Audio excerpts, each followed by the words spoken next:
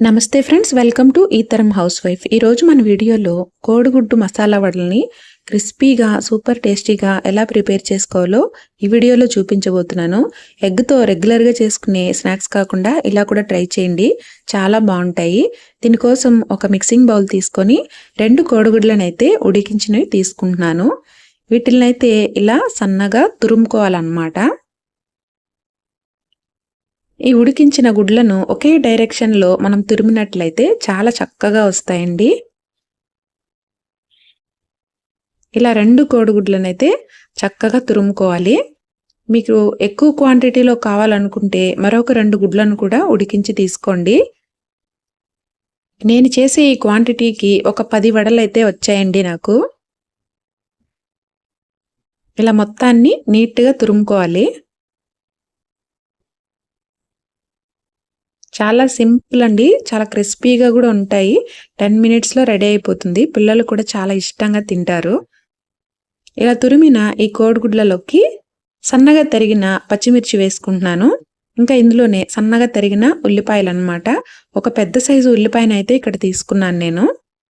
ఇందులోనే కచ్చాపచ్చాగా దంచుకున్న కొంచెం అల్లం వెల్లుల్లి వేసుకోవాలి. ఇంకా సన్నగా తరిగిన కొత్తిమీర వేసుకుంటున్నాను. వీలైతే కరివేపాకు కూడా సన్నగా తరిగి వేసుకోండి. ఒక 1/2 కప్పు వరకు శనగపిండి, రుచికి తగ్గట్టుగా ఉప్పు వేసుకోవాలి. ఇందులోనే ఒక చిటికెడు వంట సోడా వేసుకోవాలి. 1 టేబుల్ స్పూన్ వరకు రైస్ ఫ్లోర్ కానీ, రైస్ ఫ్లోర్ లేకపోతే కార్న్ ఫ్లోర్ కానీ వేసుకోవాలన్నమాట. ఇది కంపల్సరీ అండి, వేసుకుంటే మనకు క్రిస్పీగా వస్తాయి వడలు అనేటివి. ఇప్పుడు ఒక 1/2 టీ స్పూన్ వరకు కారం, ఒక 1/2 టీ స్పూన్ వరకు గరం మసాలా వేసుకోవాలి. ఇంకా కొంచెం ఆయిల్ వేసుకొని కలుపుకోవాలన్నమాట. గరం మసాలా లేనట్లయితే చికెన్ మసాలా కానీ ఏదో ఒకటి ఫ్లేవర్ కోసం ఏదో ఒక మసాలా పొడి ఒక 1/2 టీ స్పూన్ వరకు వేసుకోండి. ఎక్కువ వాటర్ అయితే పట్టవండి. ఇలా ఫస్ట్ అయితే పిండి మొత్తాన్ని ఉల్లిపాయలు, ఎగ్ అన్నీ కలిసే విధంగా కలుపుకోవాలి.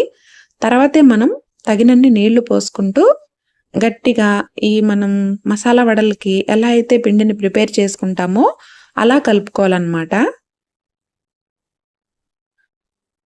చాలా తక్కువ వాటరే సరిపోతాయి మనకు. చూసారా, ఇలా కాస్త పొడి పొడిగానే ఉండాలి. మనం చేత్తో పట్టుకున్నప్పుడు అలా ముద్ద కట్టాలన్నమాట.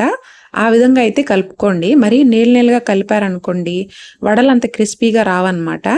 ఇలా పట్టుకుంటే ముద్దలా కడితే సరిపోతుంది మనకు.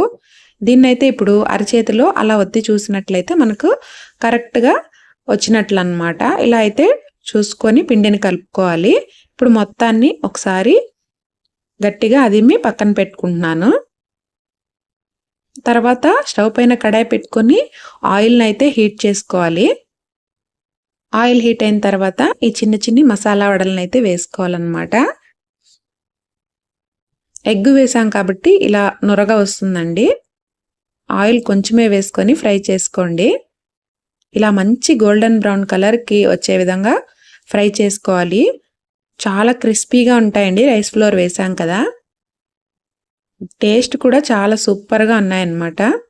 తప్పకుండా ట్రై చేసి మీకు ఎలా వచ్చిందో కామెంట్ సెక్షన్లో చెప్పడం మాత్రం మర్చిపోవద్దు. మన వీడియోని మొదటిసారి చూస్తున్నట్లయితే ప్లీజ్ ఒక లైక్ ఇవ్వండి ఫ్రెండ్స్. కొత్తగా చూసేవారైతే నా వీడియోస్ మీకు నచ్చితేనే సబ్స్క్రైబ్ చేసుకోండి. ఇలా మంచి కలర్ వచ్చాక తీసేయాలి. తర్వాత మిగిలిన వాటిని కూడా వేసుకొని మీడియం ఫ్లేమ్లో మాత్రమే ఫ్రై చేసుకోవాలండి. హైలో పెడితే ముందే కలర్ మారిపోయి లోపల సరిగా ఉడకదన్నమాట. మీడియం ఫ్లేమ్లో ఫ్రై చేసుకున్నట్లయితే వడలు అనేటివి మనకు చాలా క్రిస్పీగా వస్తాయి. నేను చేసుకున్న ఈ 2 కోడిగుడ్లకైతే ఒక 10 వడలు అయితే నాకు వచ్చాయండి. చాలా సింపుల్ కదా చేయడం. మరి మీరు కూడా ట్రై చేసి ఎలా వచ్చిందో కామెంట్ సెక్షన్లో చెప్పండి. Thanks for watching.